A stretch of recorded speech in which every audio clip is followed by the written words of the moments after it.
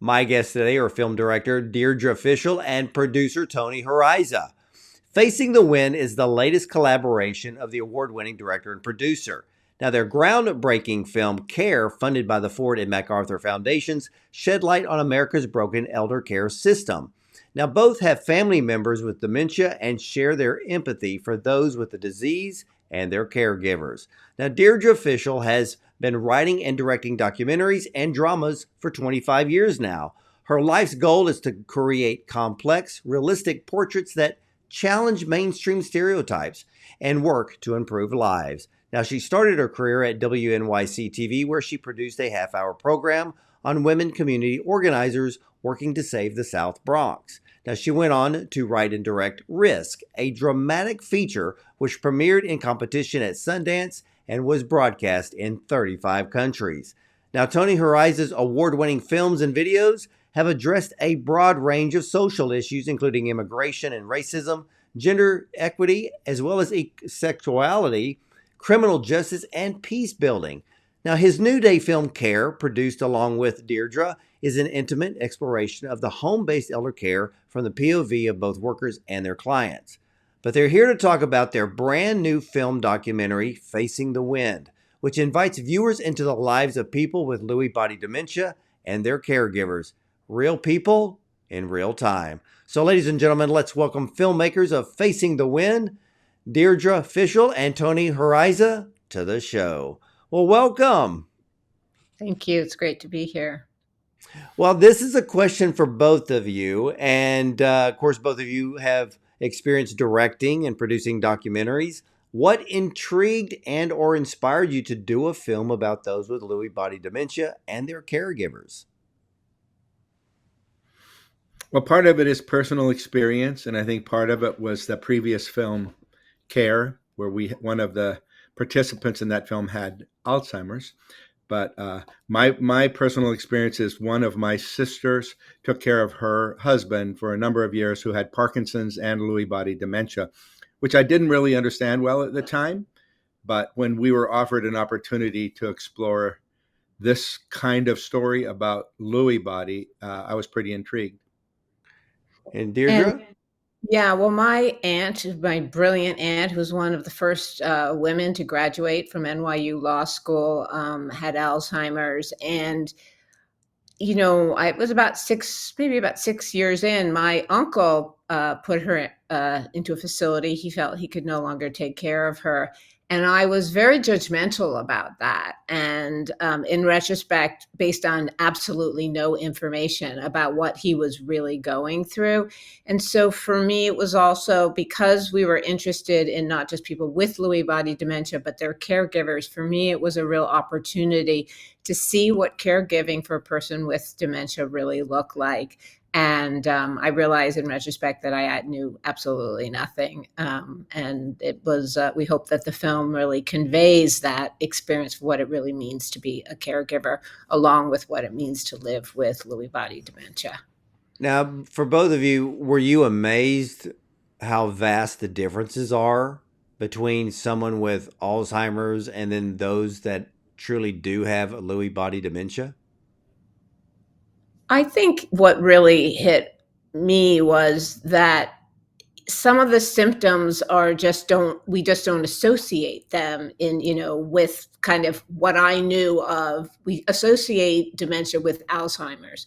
So there are things that Lewy body has, which are a lot of people have very vibrant visual hallucinations, auditory hallucinations, dreams that they literally act out. So those were things that that seemed sort of out of that are very, very different, and I had never heard of. So I think that really is some of the stuff that really was very different. It really stunned me about the difference between Lewy body and Alzheimer's. And we were Tony? learning as we went how complex the disease is and how different one case is from another. I think which is fairly different from Alzheimer's, which tends to follow certain kinds of just a development and decline. Lewy body because it fluctuates and because people can have vastly different kinds of symptoms. One of the participants in our film had a list of 25 different things that were indicators of Lewy body dementia, but you might be a person who is worried about what's going on. You might have 5 of those 25, and another person would have a different 5.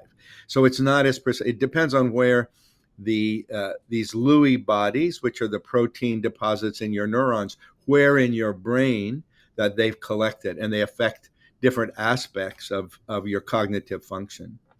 Yeah, one of the protagonists says, Linda Zapula, she says, if you know one person who has Lewy body, you know one person who has Lewy body. I've heard the same statement from those with autism. You only know one person because everybody's different. And Lewy body is, out of all of the neurological conditions I've ever read about, this one is the most, I'm not going to say confusing, it's the most frustrating. Mm-hmm. And, and I've had the opportunity twice to talk to Mary Lou Falcone. I've talked to Norma Loeb from the Lewy Body Resource Center. And it's just amazing how the information of Lewy body is just, even now, it's just really coming to light. And I had a very dear friend of mine, his mother had Lewy body and had it for quite a long time, where we know with Mary Lou's husband, Nicky, he only had it, or at least they knew from the point of diagnosis, 17 months. And then Norma's mother had it for 18 years. Right. And so everybody's different. Now, with this film, Facing the Wind, how did you find those featured in the documentary? And what was the criteria that you used to find the right people to help tell their stories? Well, very early on in the process, we got connected and heard about this group. And they were a group that had been started by Linda Zapula, who was very overwhelmed when her husband got Lewy body and really felt very isolated and alone. And she had reached out to a man named Curry Weisenhunt, who was a truck driver in Texas. Couldn't be two more different people. But he had been writing about what his experiences were feeling initially to his family on Facebook. And she saw his Facebook page and had this wild idea that they should start a podcast that would disseminate information. And they really wanted to create community and information. And then that podcast, people realized they wanted even more contact. And it developed into these support groups that were both for people who had the disease so that they could speak really honestly, but also for those who were caring for people with the disease.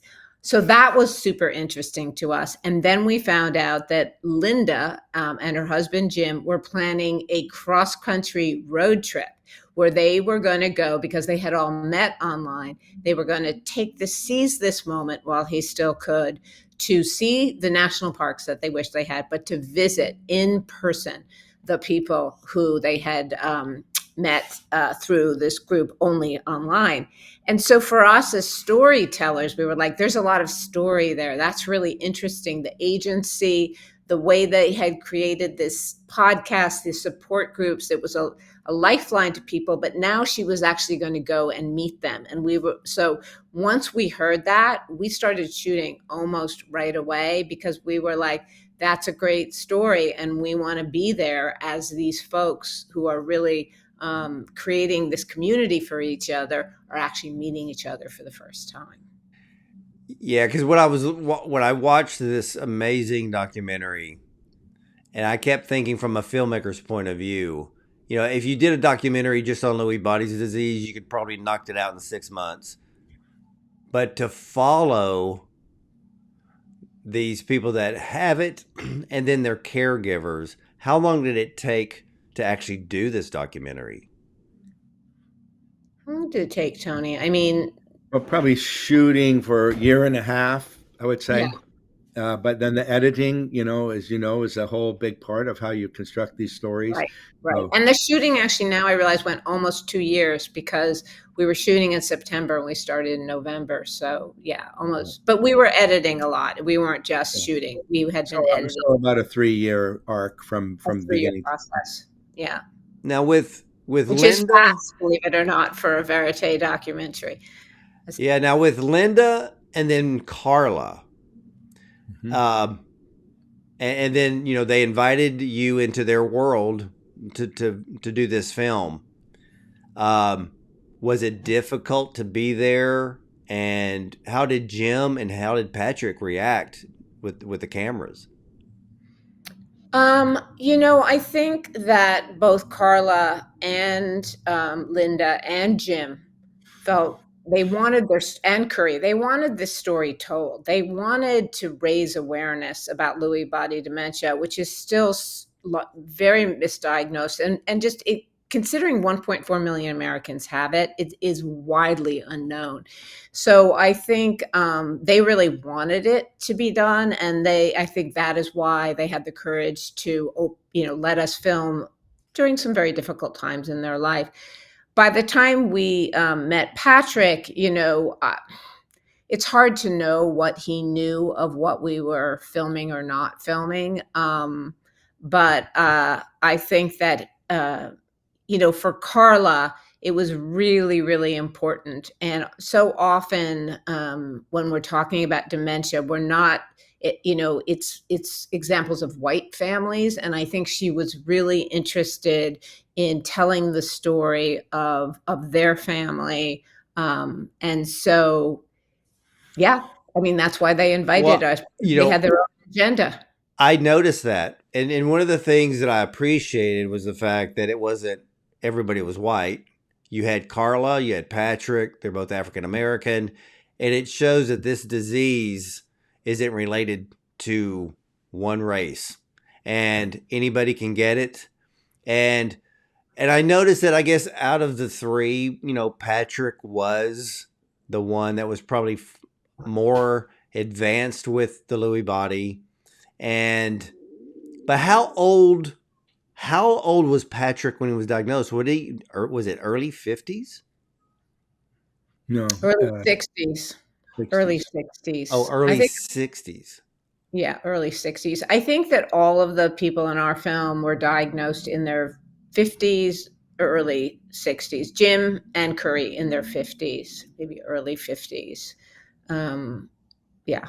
And Curry was the one that really surprised me the most because probably 98% of the time he's on camera, he's as normal can be. And he only had that one little memory lapse when he was trying to remember something. And I sat there and I thought, if family members were sitting around and someone was doing that exact thing, nobody would even suspect because we all have those moments where like, oh, I know what it is. It's on the tip of my tongue. I can see their face, blah, blah, blah. And you go on. But that was the only mental lapse he showed in the whole film, which goes back to how frustrating Lewy body really is. Yeah. Yeah. One of the things that is different about Lewy body than Alzheimer's is there are certain medications that the medications are different, what you take. And Curry was really lucky. He actually they didn't have any money and they were terrified because they were suddenly going to get on indigent care. And they wound up in this small town in Texas getting this young doctor who happened to know about Lewy body and happened to be a really terrific doctor. So Curry is a person who also has, I mean, his particular disease involves more physical than some of the mental and psychiatric stuff, but he did have really horrible hallucinations, and did spend years where thought he was losing his mind, but he has responded really, really well to medication, and he has really changed the quality of his life and his mental abilities. I hear he's still doing the podcast. He still is. To this He'll day. do it he'll do it till the very end. And That's now really, is Linda still doing it with him? yeah. Yep. Yep. They are really dedicated to that. And I think for Curry, it's given him tremendous meaning to mentor and to be in support groups with other people who have the disease. Yeah, that's and Curry is the one, it's he I would, he's a very rare individual. And I say that because anybody that ends up being diagnosed with Lewy body does not ask for it. It just happens. But he took the bull by the horns, and his story alone, where being a long haul truck driver and then seeing hallucinations at night while he was driving, and then having doctors think, either you're not getting enough sleep or maybe you've got a mental lapse, and really just kind of blew the whole thing off. And then to have a miracle of a young doctor in a small town actually know what Lewy body is, that in itself is just a miracle.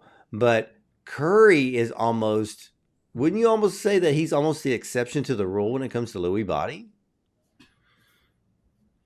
I think I don't know what would you say. Is he the exception to the rule, Tony? I I mean, I would say think there's no rule. That he's more an yeah, example that there's not a rule. And yeah. like Deirdre said, he has a lot of symptoms. We don't really go into his symptoms. There are a He has lot a of lot. Is physical it symptoms that are pretty Parkinsonian? debilitating. He can't walk very well at all anymore. He's got a lot. He has the levels of fatigue and brain fog that, so there are those things, but they're not affecting what you see with the two other folks in the film, where their cognition is, for example, losing just the ability to form a sentence.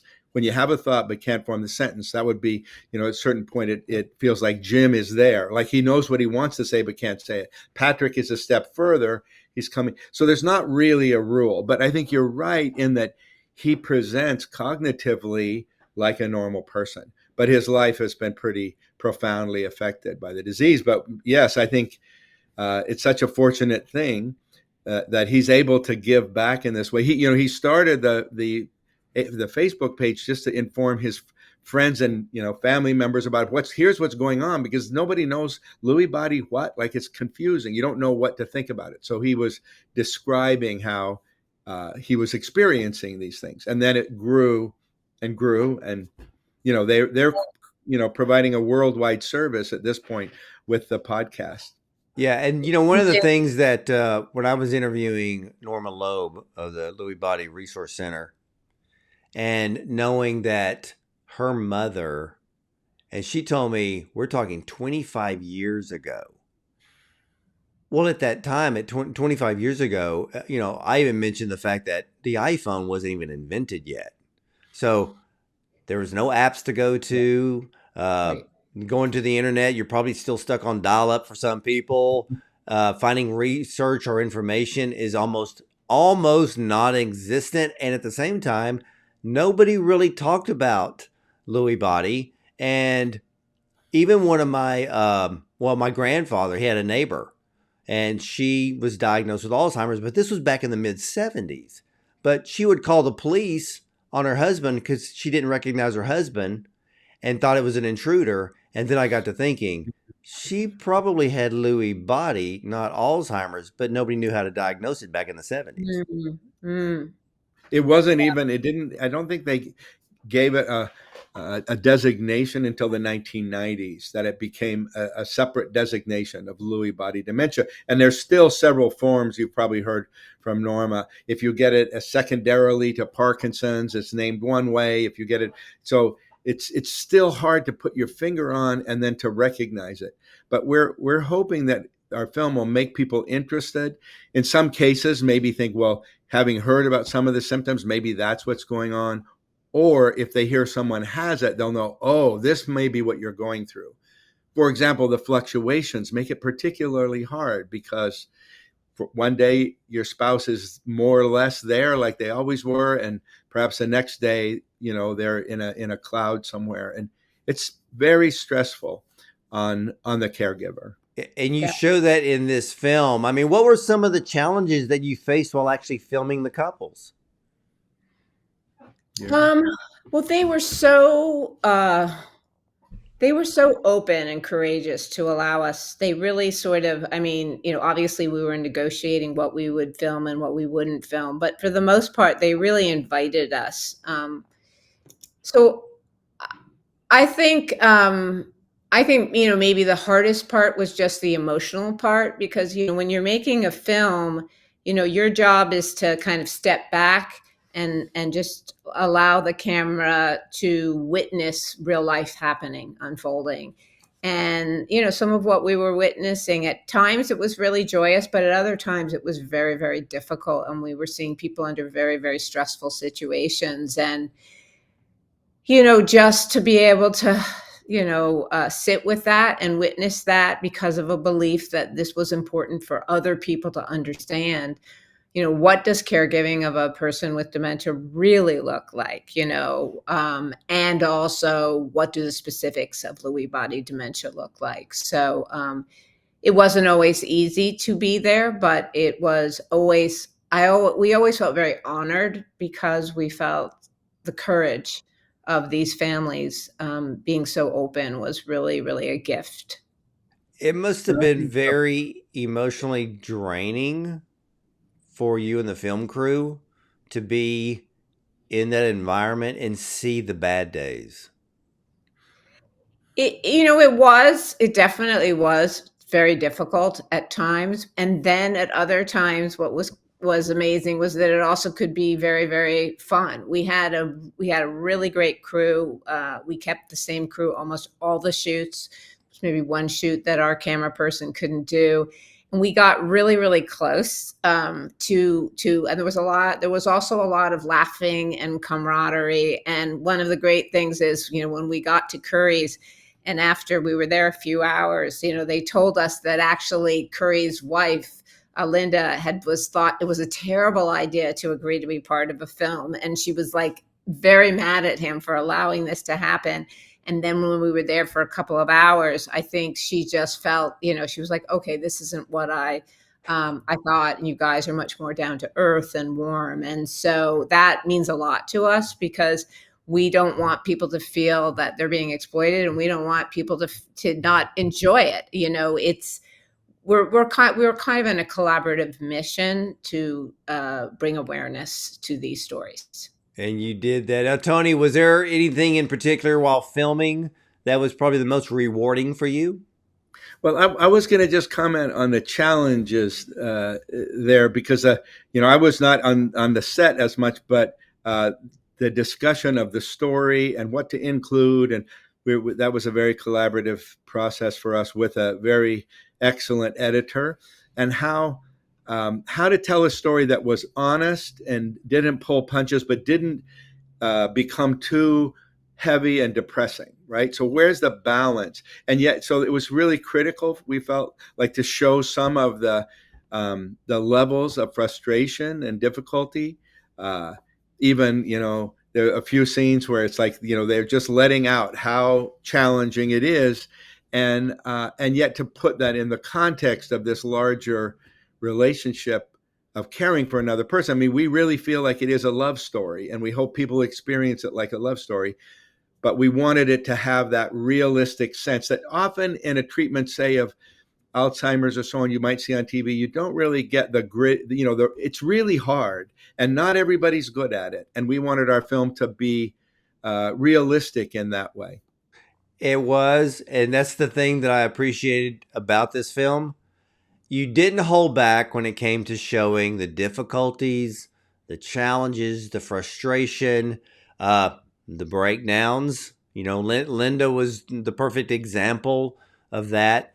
But then you completely balanced the film out with some very tender moments, endearing moments. And yes, the film is a love story to those that are in the film.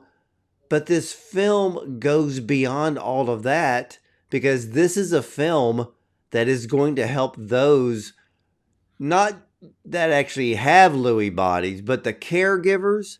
And then many years down the road, this is going to be a film that is going to help support people. We hope so.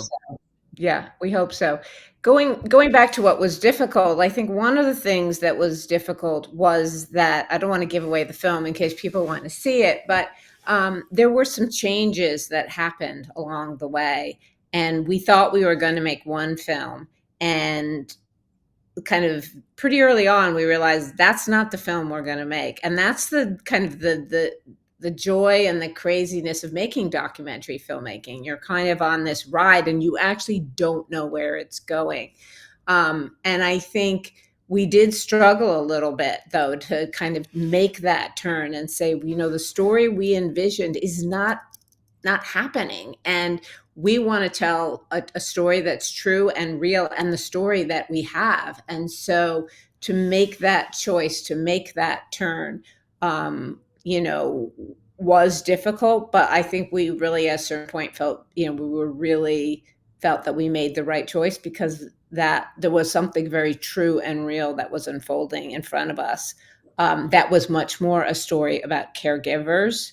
It became clear that there was an intensity to their experience, and also to the way that these women in this group were able to be honest with each other in a way that they could no longer be honest with their spouses.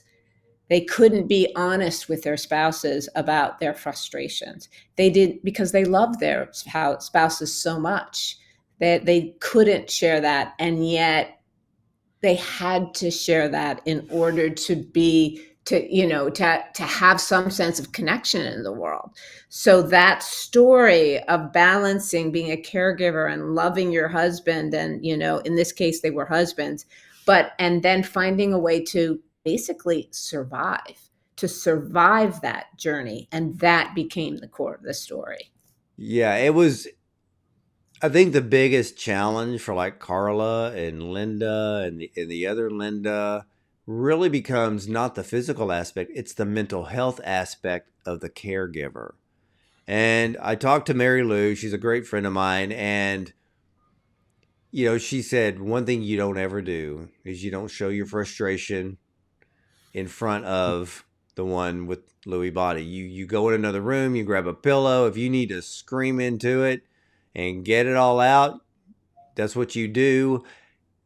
Take some time, compose yourself, and then walk back in the room, and you'll be able to tackle it in a much better frame of mind. But this can be very, very taxing on one's mental health. But this film brings hope. And then one of the things that I picked up in this film is, and everybody needs to realize, that one's test can become your testimony. And this showed up. And I know what you and I'm not going to give the ending away. And Deirdre, and you said it, there was this turn, but that there was the test and testimony prior, and then there was the test and the testimony after the turn. But we have to praise people that have such courage to continue on, but what they've learned, they're going to help thousands, if not millions more. And there's also, there also can be a real richness in caregiving. I mean, I don't want to because it is very difficult, largely mentally and also just physically, but there are also gifts in that there's moments of connection, and there's moments of learning, and there's moments of being human in a way that are so profound that happen through a journey like this. It's not a club that anybody would choose to be in, but there are tremendous gifts learned along the path. Yeah, this is an absolutely beautiful film. Now, I know that this film is in its early journey, but what has been some of the audience's reactions to the film thus far? Well, the film we've had a few kind of smaller screenings, which have been really wonderful, and we've been really encouraged by the response. But the film is actually having its world premiere. It is just really launching. Am I allowed to say when and where? Yeah, yes, please, yes. Okay, so it's going to be at Doc NYC in New York City. It'll be Wednesday, November 20th at 6 p.m. and Thursday, November 21st at 1. If you go to Doc NYC and you put in Facing the Wind, you'll get to the page. You can get tickets. But also for people all over the country who are not in New York, it will be online for 1 week. So you can go to that same page, go to Doc NYC, Facing the Wind, and you can buy tickets to see it online. And that will be from November 21st to 28th, I believe. Is that Now, right, are you going to Tony? be submitting? Oh, no, go ahead, Tony. It's extended from now November 21st to December 1st. You can Okay. see it online, docnyc.org. We'd love to have people all over be able to see the film. And are you submitting this film to other film festivals around the world? We have been submitting. This is exciting to have this premiere as a big, New York City. Deirdre lives there. This is the biggest documentary festival in the country, and so hopefully we'll get some momentum from this, and other people will be able to see it. We do know it's going to be featured by AARP in March 3rd, on their series called Films for Grown-Ups, Movies for Movie. Grown-Ups. I think Movies for Grown-Ups. So you might look for it there as another way to see it. Now, I understand, and correct me if I'm wrong, is there a special showing at the Lincoln Center for this film on the 18th of November?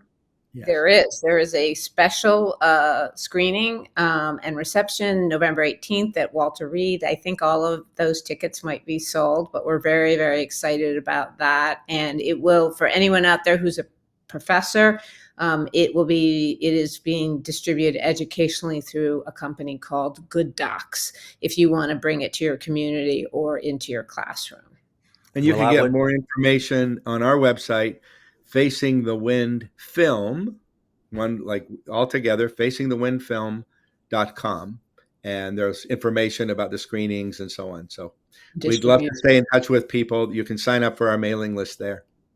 I love that. Now, what do you both hope that this film will do for the caregivers of Lewy Body Dementia patients?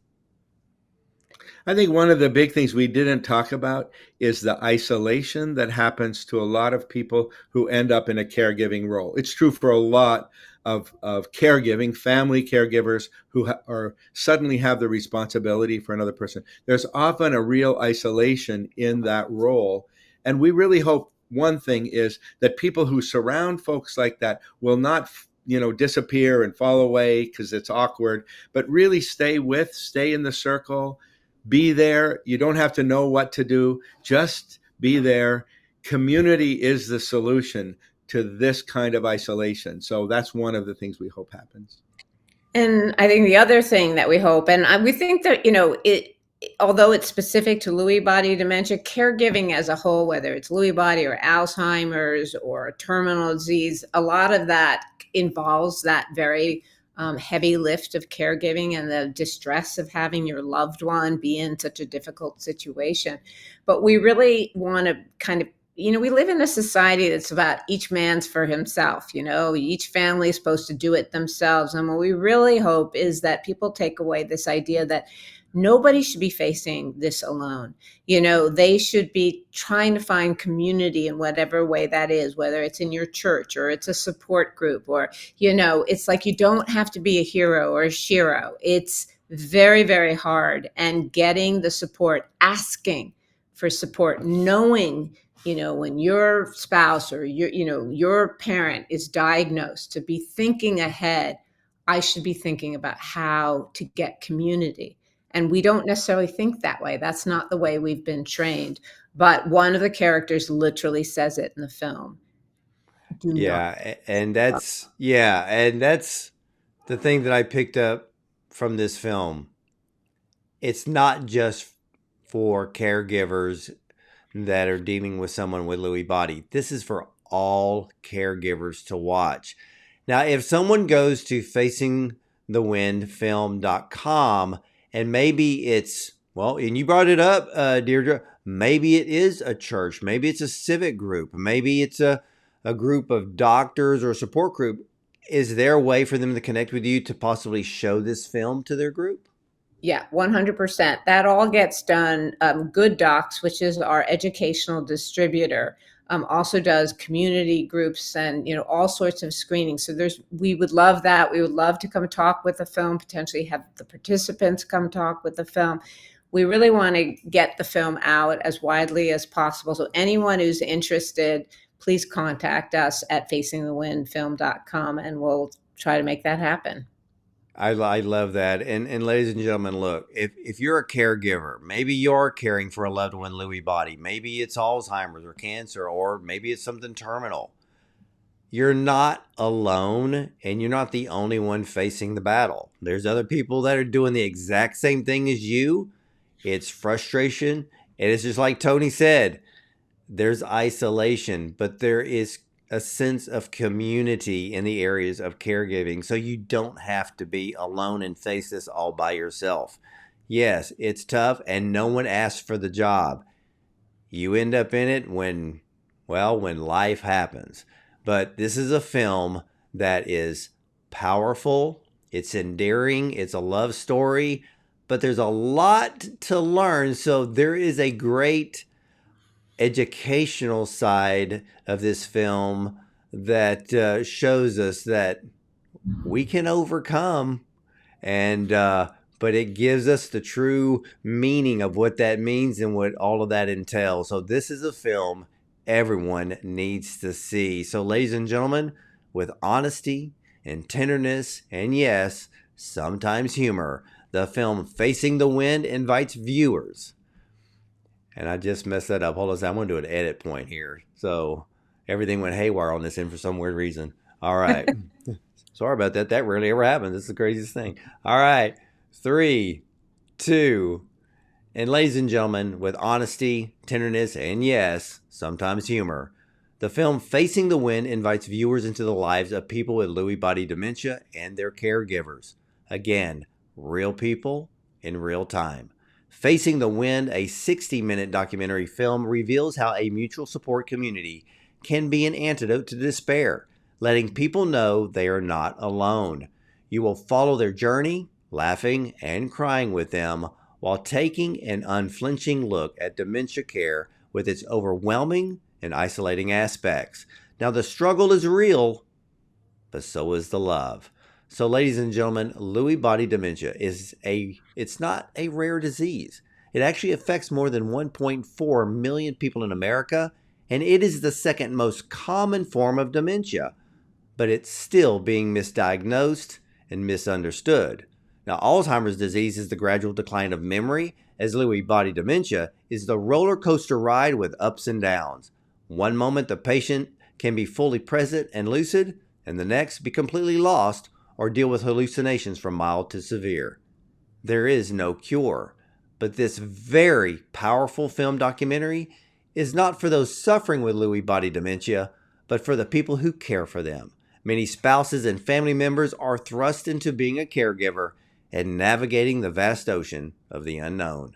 Facing the Wind is a starting place for caregivers and to know that it's okay not to be okay. So head over to facingthewindfilm.com and also check out lbdny.org, which is the Lewy Body Resource Center, for more information.